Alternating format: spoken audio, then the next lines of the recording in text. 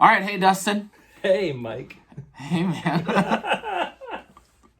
So we're recording this for our Patreon subscribers. We always want to do something a little extra special, and we're really trying to build momentum for history. And in order to make sure you guys feel like you get a little bit more, we wanted to come on here and talk about the origin, the writing, the creation of history, and what it means to us, to you guys. Sound good, Dustin? Sounds perfect. I couldn't have said it better myself, which is why I Yeah. didn't say anything.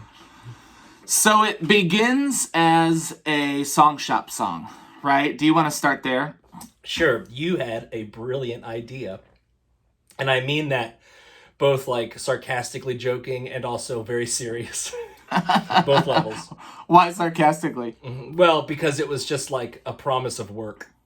Yeah, it was But extra work. It for got sure. us there as far as the Kickstarter goes, and we needed to make a certain amount of money, and I think Yeah. it was a very good incentive. And anybody who, logged onto the Kickstarter, I mean, we sold out of the song shops day one, day two. Oh, I mean the first hour. Yeah. So obviously it was something other people were interested in.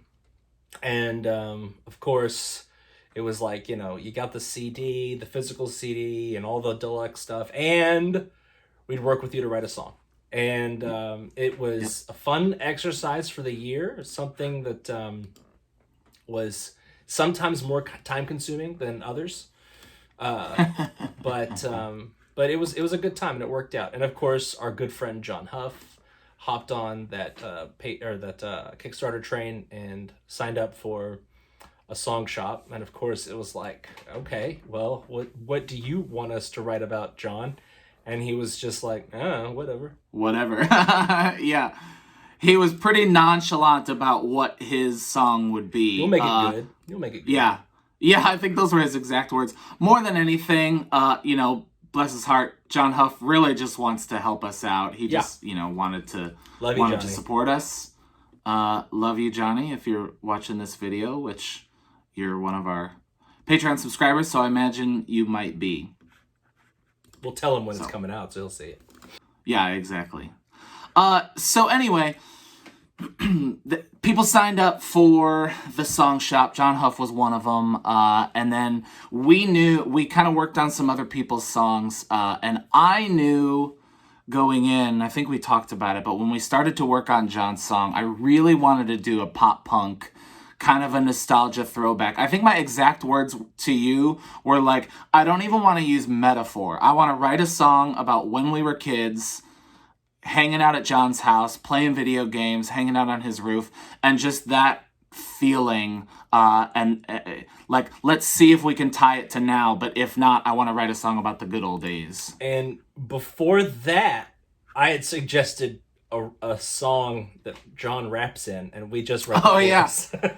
That's right. We had something. Yeah, actually. we had something, and it fell to the wayside. So who knows? Maybe something for the future. We'll find a recording, and we'll be like, literally, it was a matter of we came up with it. We had John with us. We're like, oh, what do you think about this? What do you think about this?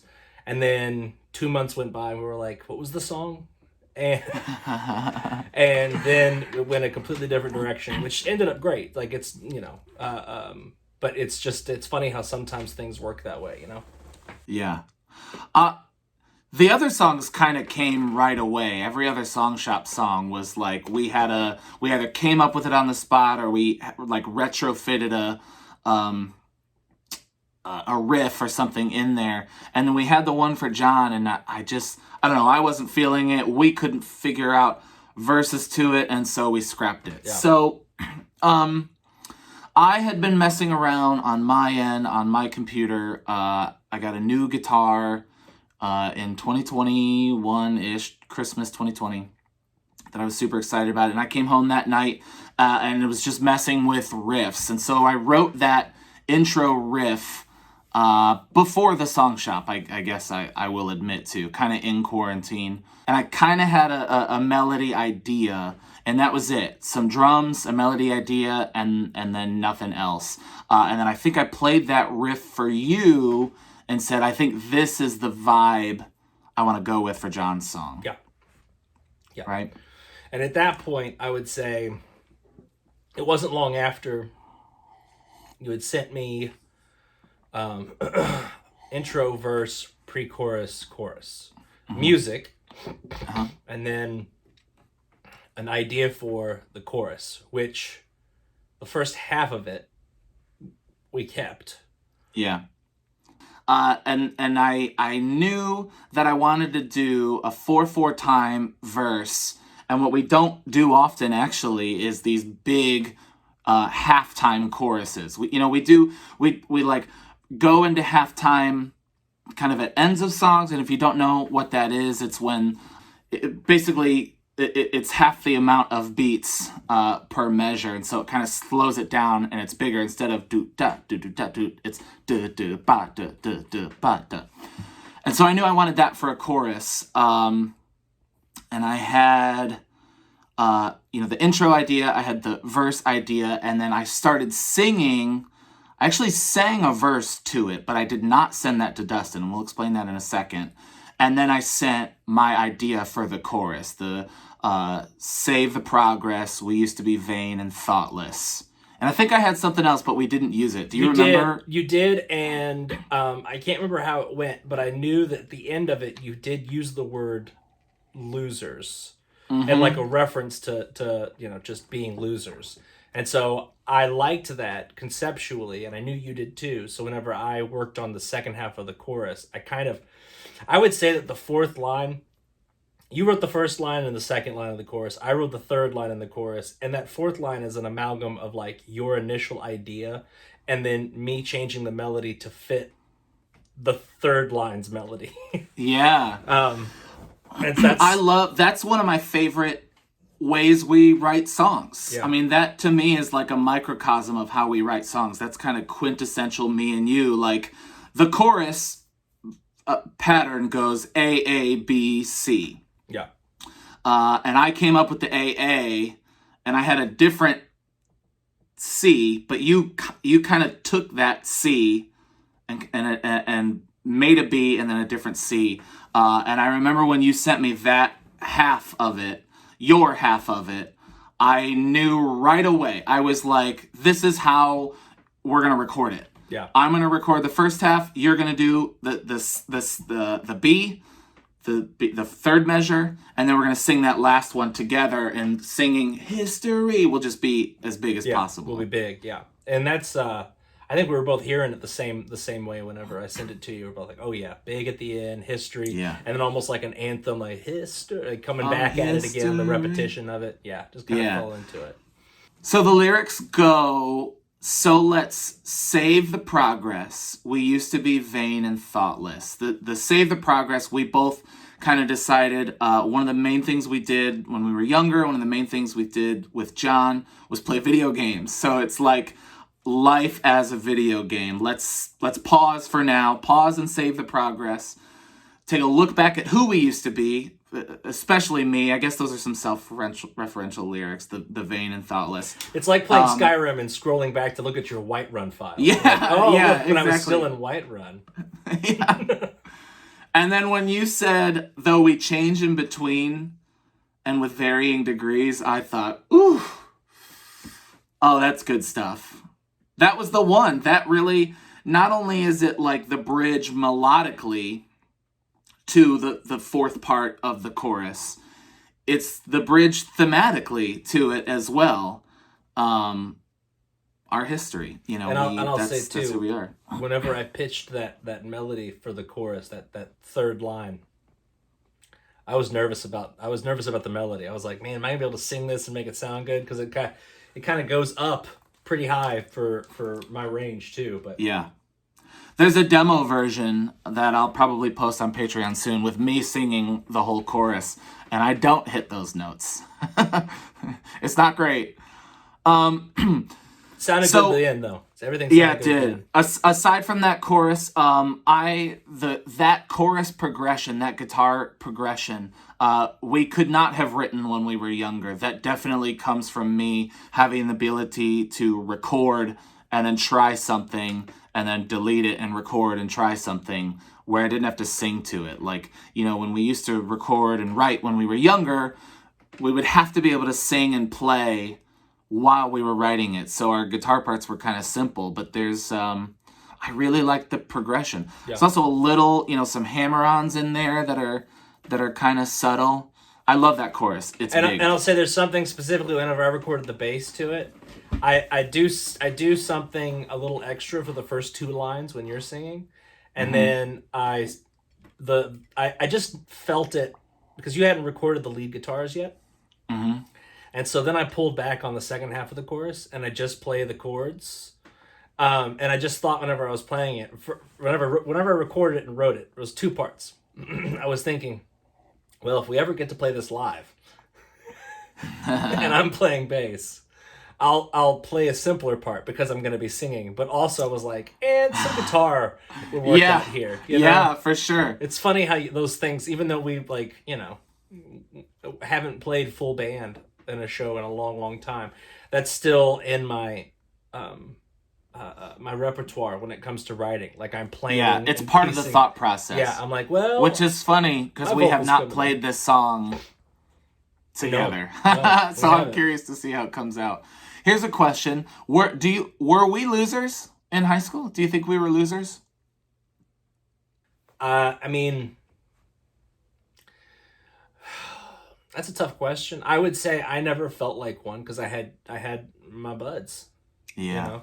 Oh, that's and I think good. that's kind of, whenever you had that lyrical idea, like we talked about the video games, but then the reference of losers, it kind of made me think of like the movie It, the Losers Club, right? Yeah. It's less that we were actually losers and more that we were a tight knit group of guys who were, of different.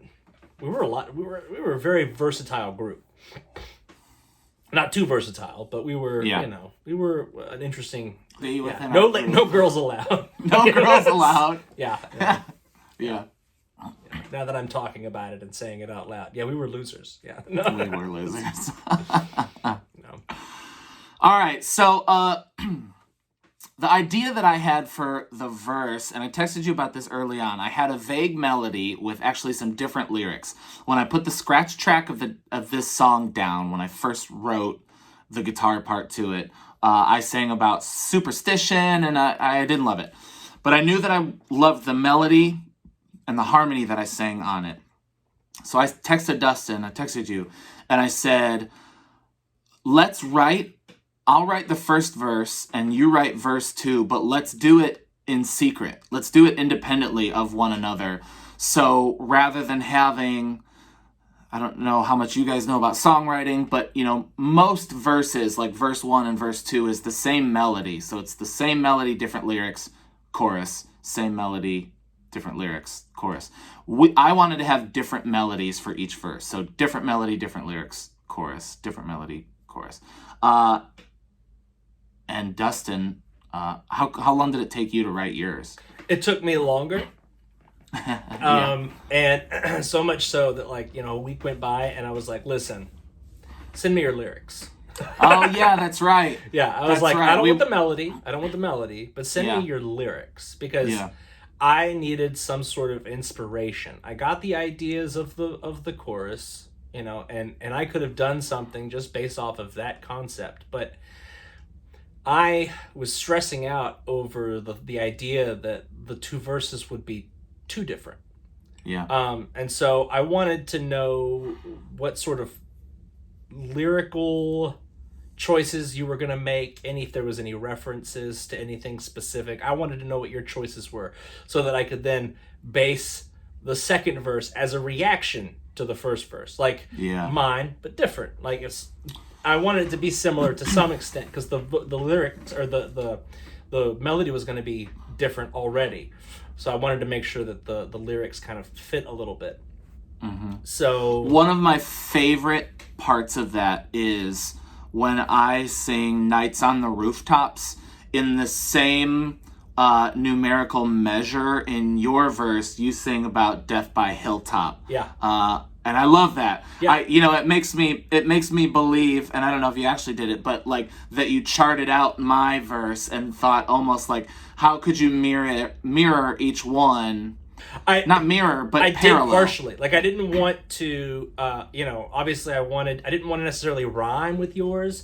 That was just Well, I'll tell you what. I'll talk more about my lyrical choices after you talk about yours for the first verse. Okay. And then we'll Okay. bounce back and forth. I can explain like my reactionary ideas. When I first wrote the song, the lyrics went, I never did believe in all the supernatural things.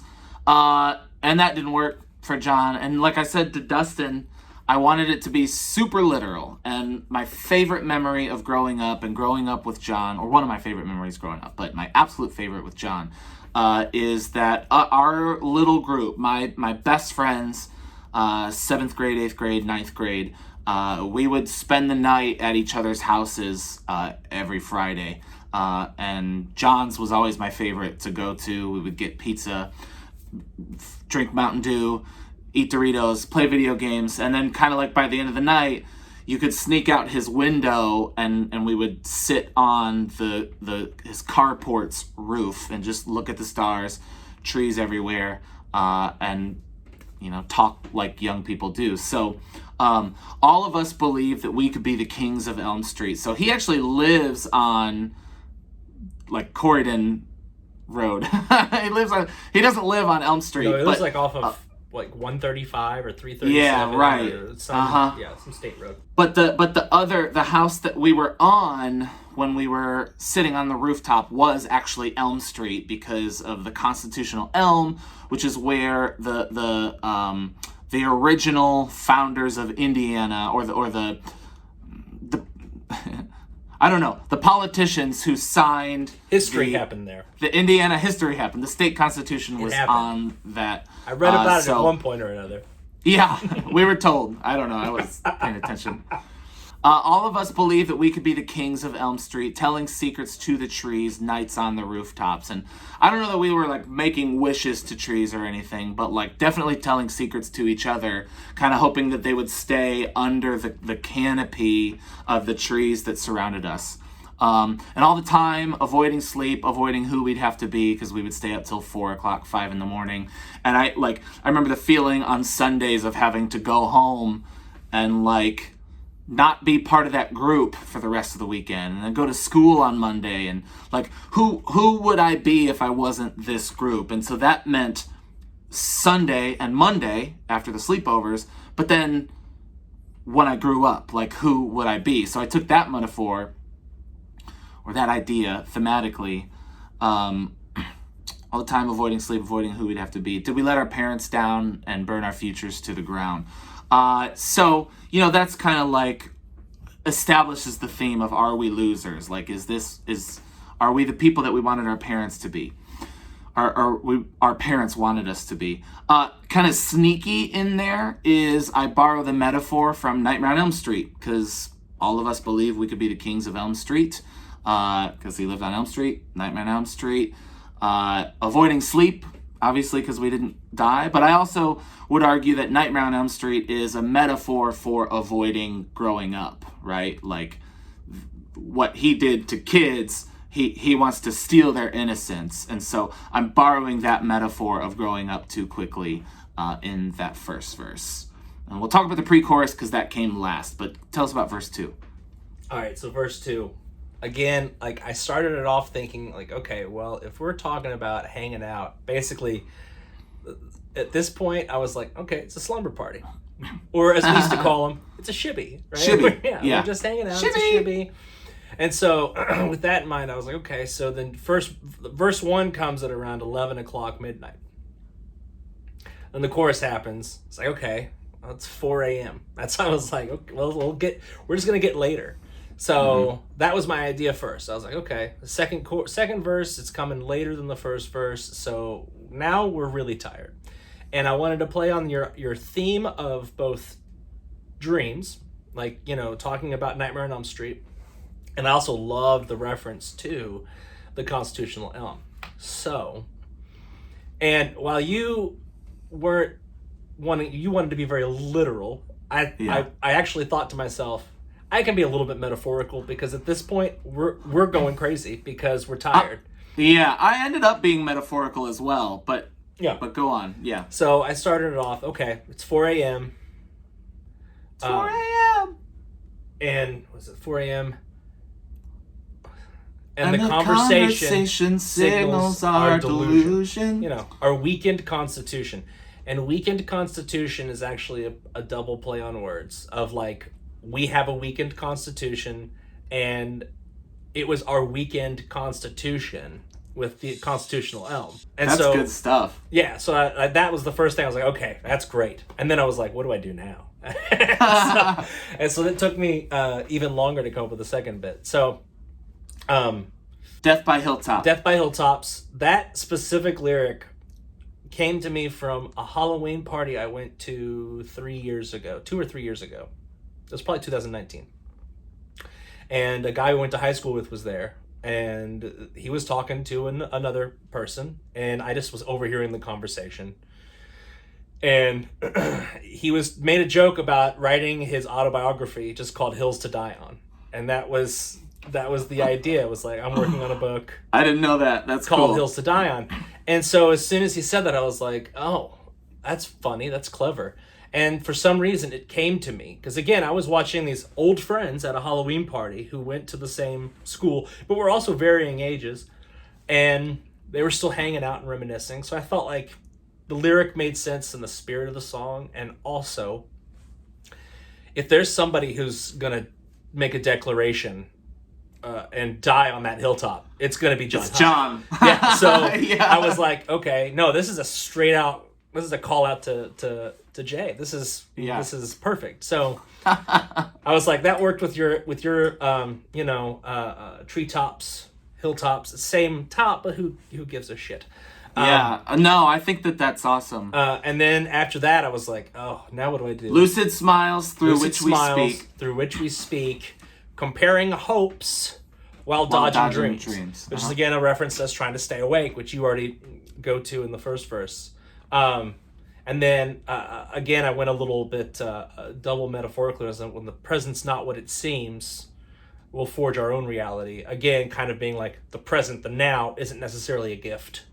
Mm-hmm. Right, so we'll forge our own reality. Because at this point, we're crazy tired and just like, So that was kind of my idea of also like taking those moments and using those memories to kind of forge our path and the choices that we make in the future. Mm-hmm. Yeah, and that was it. So we had those lyrics, and most of it was done for a really long time. I would say a month and a half. Yeah, except that pre-chorus. We couldn't... I had an idea. I think you had an idea. I even think you laid down the verse and the bridge. And then I did ooze. Yeah, before right. We did before the pre-chorus was even finished. You're right. I think you're totally correct. And we got on the phone on FaceTime on a Saturday or Sunday morning, and we're like, we gotta write something. We gotta do it. We gotta bang it out. And then you were like, how about It's Killing Me, and I Think You're Next. Yeah. And I was like, I love it. Because, it's like aging is killing me, but also Freddy Krueger is killing me, right? It's extended metaphor, Nightmare on Elm Street. And I Think You're Next is like, we're both getting older. We're all getting older. Next. Yeah. And those lyrics aren't the most genius. That little pre-chorus isn't the most genius lyric of the whole song. But what I remember fondly from recording that is the idea popped into my head of how to do it. And it's a 3-part harmony, and it's all 3 of them are me.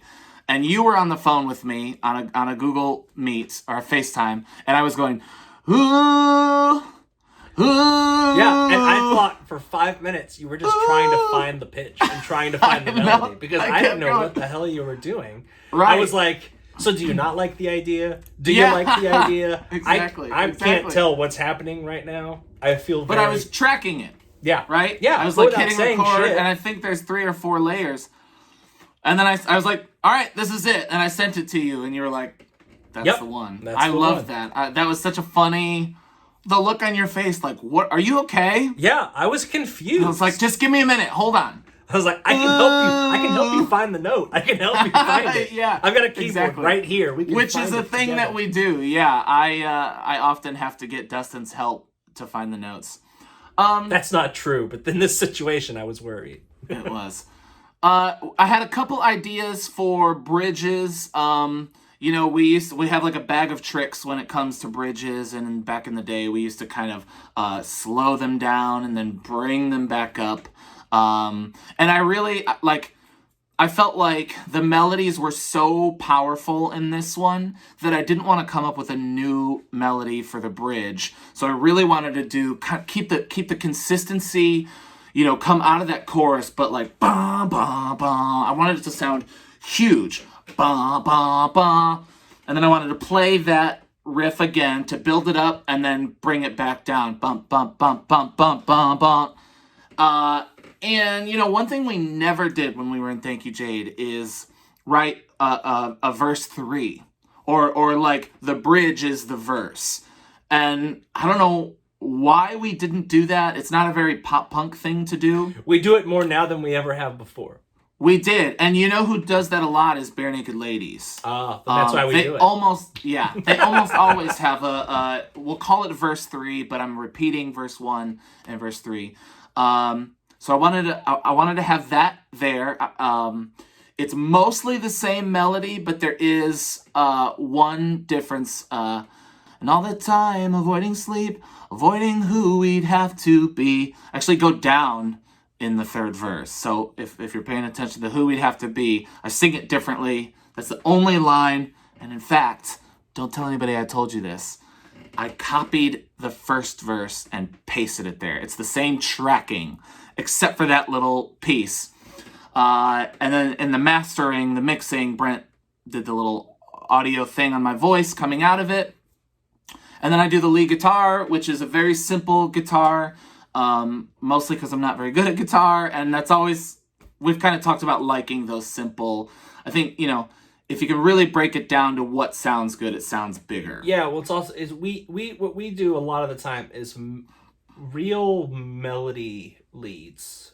Like, they just sound like vocal melodies. Yes, that's probably what it is. There's songwriting rather than guitar playing. Yeah. So we're coming up on 30 minutes, so let me wrap this sucker up. I knew that we wanted to come back into the chorus, no counter melody, which we like to do a lot, and then kind of repeat our history a couple times. The only thing that Dustin and I kind of had a disagreement about, or we one and two'd it a couple times, is he wanted to come back to the home note like the recorded version does. So the our history, and then on the second note come back down.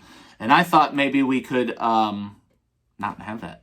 And we took a vote with Mix Master Supreme Brent Smith, and I was outvoted 2-1. So is that what happened? Is that what happened? You didn't tell me this part. Yeah. Brent voted for the home note, so it so just we left closes it it out. It's a period at the end of the sentence. It is, yeah. I don't hate it. And I think especially for the kind of the lead single of the album that we're talking about, it feels bigger. It feels right. Just say it. I love this song. This is a song, I don't know, I feel like we do it all the time, but it's the kind of song, like, if I could show to myself or us when we were younger in high school, like, we wouldn't believe, like that's what we would hope to come up with. So it feels cool. So the album art for the song is the house that we're singing about. That is an old Polaroid picture of John Huff's house. And we knew kind of even before the song was done that that's what the cover of it would be. It will be on our album Left to Our Own Devices, to be released in early 2023.